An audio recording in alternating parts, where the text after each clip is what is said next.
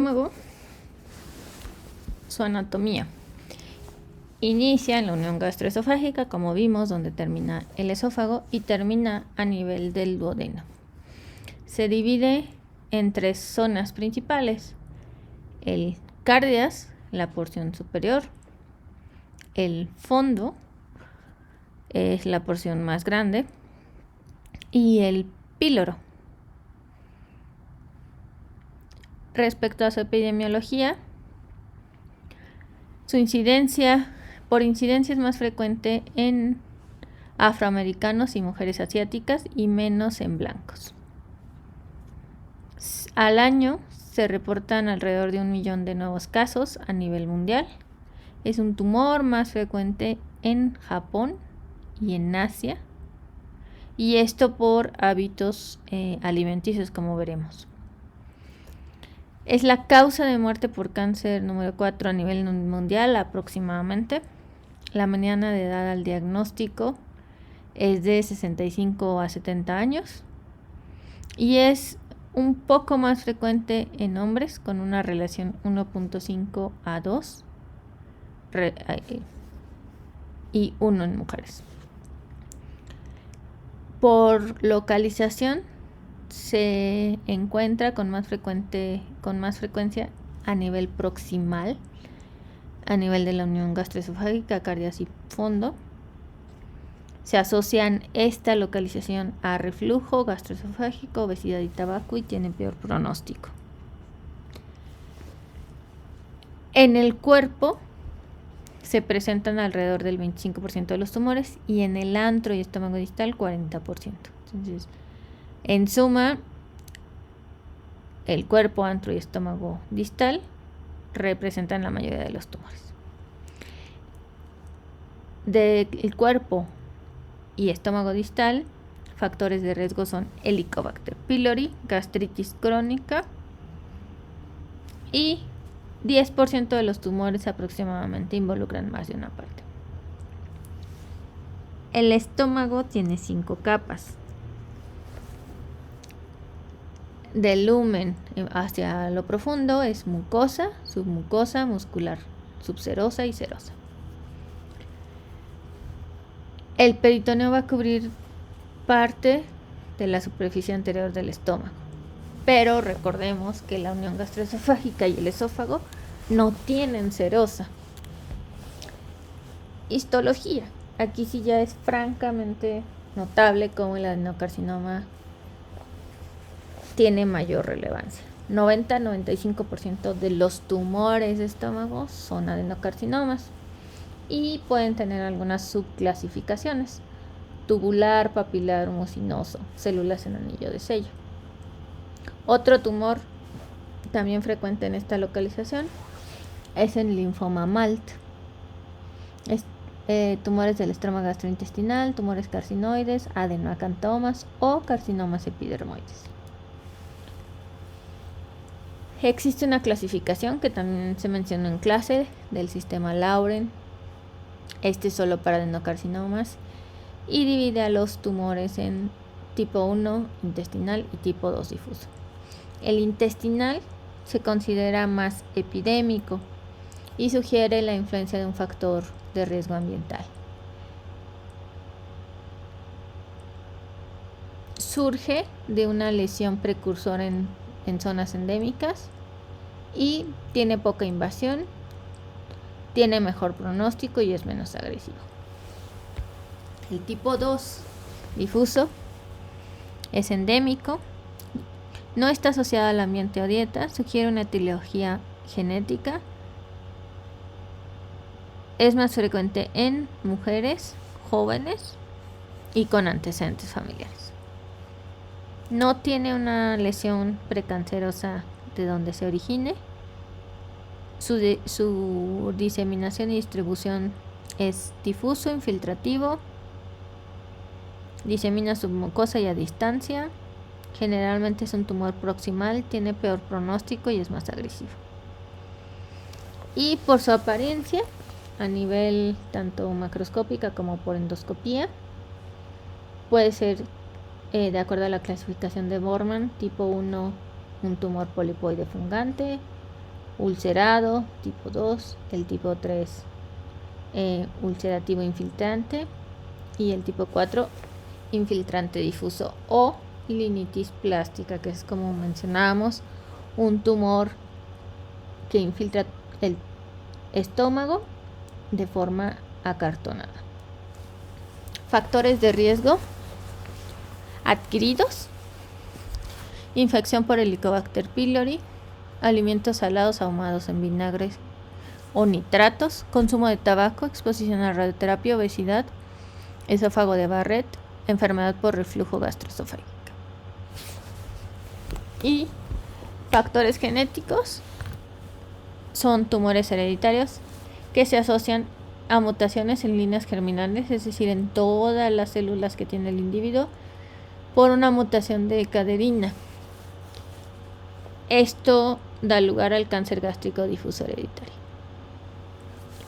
Otros factores genéticos que representan menos del 10% son el síndrome de Lynch, también asociado a cáncer colorectal hereditario pero no polipósico, tienen riesgo también de cáncer gástrico. El síndrome de poliposis juvenil también, un riesgo de 21% de por vida de desarrollar cáncer gástrico. El síndrome de Peutz-Jeghers, es autosómico dominante, el riesgo de desarrollar cáncer gástrico es de hasta el 30%. Poliposis adenomatosa familiar, 1 a 2% de riesgo de cáncer gástrico. Ataxia telangiectasia, síndrome de Li-Fraumeni, entre otros. La diseminación es hacia órganos adyacentes o metástasis ganglionares. A distancia, hígado y pulmón son los más frecuentemente afectados. Enfermedad ganglionar al diagnóstico o involucro ganglionar se presenta hasta en 50%, pero es menos frecuente en estadios T más tempranos. Hay algunas metástasis muy características, como metástasis a distancia a ovario, que se llama tumor de Krukenberg, un ganglio supraclavicular izquierdo Virchow, axilar izquierdo ganglio de Irish, en ombligo de la hermana María José, infiltración de recto Bloomer. En cuanto al drenaje linfático, tenemos que el drenaje primario es a lo largo del tronco celíaco, que es una de las emergencias de la aorta. El sitio más frecuente de metástasis, ya mencionábamos, ganglionar, hígado, peritoneo. En cuanto a la clínica, en etapa temprana son tumores asintomáticos. En etapa avanzada pueden cursar con disfagia, náusea, vómito, plenitud o saciedad temprana, hiporexia, indigestión, debilidad, anemia, melena, hematemesis cuando ya hay involucro de la mucosa y sangrado, pérdida de peso en estadios más avanzados y hepatomegalia o ascitis. Las metástasis que les mencionaba a nivel de ganglios o infiltración de tejido subcutáneo da lugar a las diferentes presentaciones como ganglio de Virchow, Krukenberg, entre Irish o Bloomer. Síndromes paraneoplásicos asociados, dermatomiositis con afección de piel y debilidad muscular, acantosis nigricans también y eritema cicinado.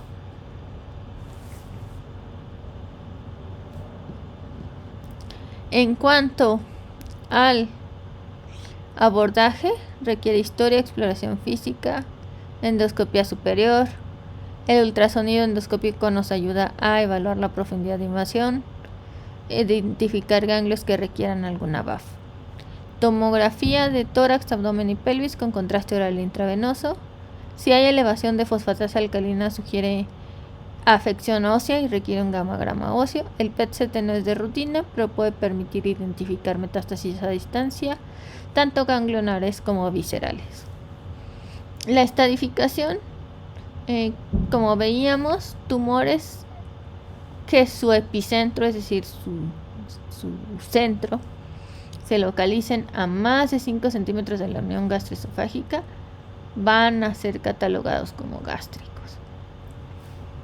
Sabemos que siempre el estadio clínico va a estar determinado por la T, la N y la M. M1 en su mayoría de los tumores va a ser estadio 4. En los estadios 1 en general puede no haber ganglios o ganglios N1. Y los factores pronósticos más importantes son el TNM, la localización proximal, la histología Iborman.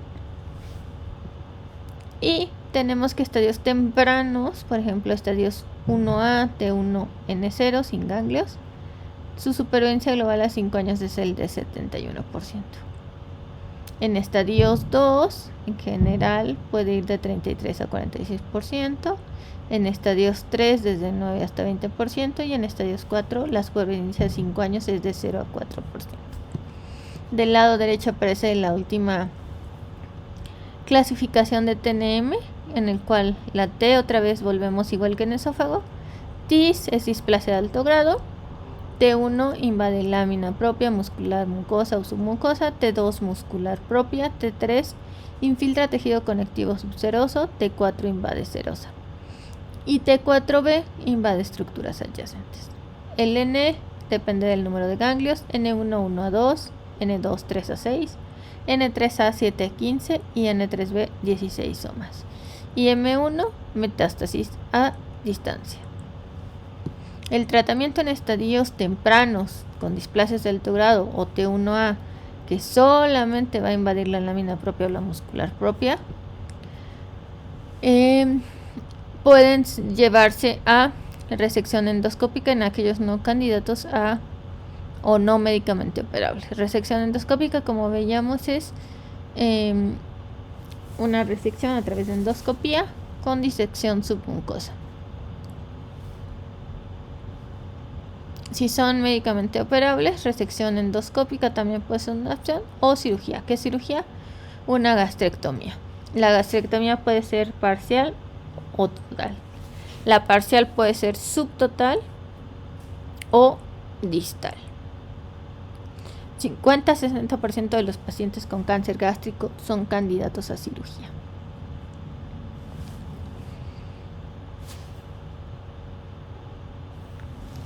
En cuanto a enfermedad locorregional documentada por la laparoscopía, es decir, un T1B, que si recordamos el T1B, es un tumor que invade submucosa. A partir del T1B, el tratamiento es quirúrgico, ya no se puede hacer resección endoscópica.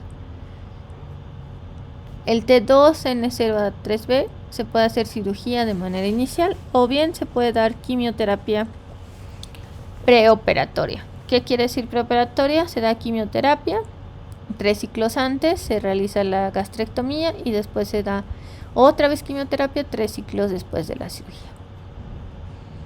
Si es irresecable, se puede dar quimio-radioterapia definitiva y el tratamiento después de la cirugía va a depender de si recibió tratamiento antes. Algunos pacientes pueden recibir radioterapia preoperatoria o postoperatoria dependiendo de los hallazgos. Aquí algo importante en las resecciones, además de hacer una gastrectomía, se tiene que hacer una disección ganglionar. Si no se hace disección ganglionar se llama D0. Si se hace disección ganglionar se va a catalogar en D1, D2 o D3 dependiendo del número y ganglios según su localización. Los D1 son más cercanos a el estómago o alrededor del estómago. Los D2 son aquellos que se encuentran a nivel locorregional en las arterias que salen del tronco celíaco, y los D3 son todavía localizaciones más lejanas de ganglios.